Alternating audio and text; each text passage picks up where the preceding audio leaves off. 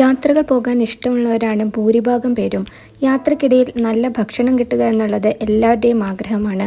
അപ്പോൾ ഇന്ന് ഞങ്ങൾ പരിചയപ്പെടുത്താൻ പോകുന്നത് പാലക്കാട് വഴിയും സേലം വഴിയും കടന്നു പോകുന്നവർക്ക് കഴിക്കാൻ പറ്റിയിട്ടുള്ള 2 ഹോട്ടലുകളാണ്. അപ്പോൾ തമിഴ്നാട്ടിലത്തെ കാര്യം ആദ്യം പറയാം. സേലത്ത് ഞങ്ങൾ പോയത് സെൽവി മെസൽക്കാണ്. വളരെ പഴയൊരു ഹോട്ടലാണ്. 42 വർഷം പഴക്കമുണ്ട് ഈ ഹോട്ടലിന്.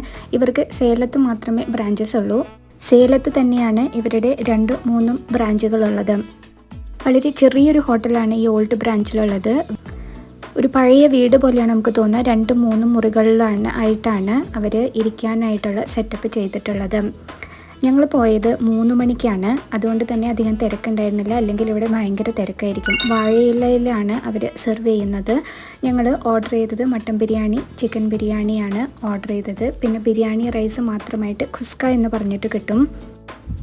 മട്ടൻ ബിരിയാണിയുടെ കൂടെയും ചിക്കൻ ബിരിയാണിയുടെ കൂടെയും മുട്ടയും സലാഡും ഉണ്ട്. മട്ടനും ചിക്കനും ഉണ്ടല്ലോ, വളരെ സോഫ്റ്റാണ്. മീറ്റ് ഭയങ്കര സോഫ്റ്റാണ്.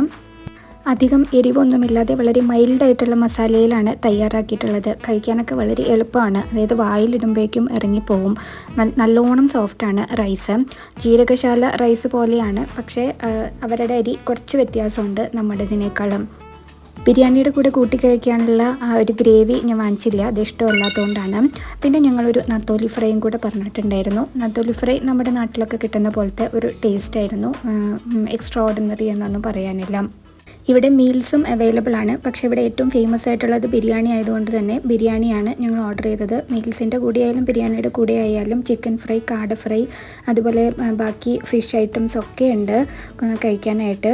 മട്ടൺ കറി ഉണ്ട്, മട്ടൺ ഫ്രൈ ഉണ്ട്. അധികം തിരക്കില്ലാതെ വരണമെങ്കിൽ ഒരു 2:30ക്കൊക്കെ ശേഷം വന്നു കഴിഞ്ഞ് കഴിഞ്ഞാലാണ് ഉച്ചയ്ക്ക് അധികം തിരക്കില്ലാതെ കഴിച്ചിട്ട് പോകാൻ പറ്റുന്നത്. ഏറ്റവും അവസാനം ഇവർ ഈ ഗ്ലാസ്സിലുള്ള മോരും കൂടെ തരും.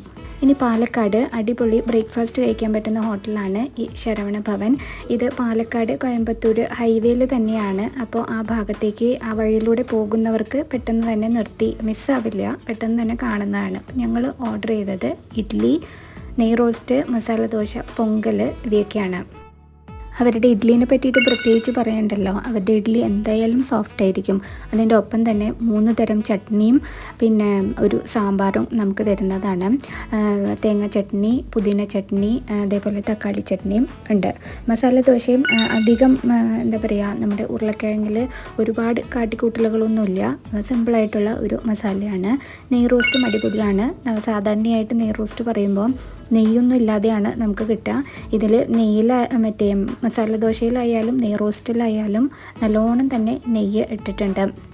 നല്ല ക്രിസ്പി ആയിട്ടാണ് ഈ നെയ് റോസ്റ്റ് അവർ തന്നിരിക്കുന്നത്.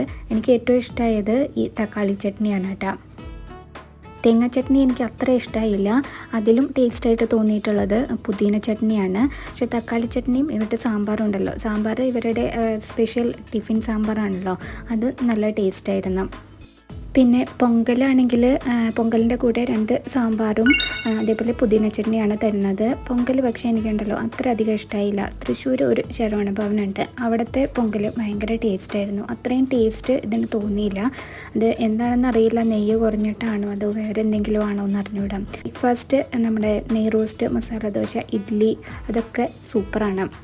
ലൊക്കേഷൻ ഡീറ്റെയിൽസ് ഡിസ്ക്രിപ്ഷൻ ബോക്സിൽ കൊടുത്തേക്കാം.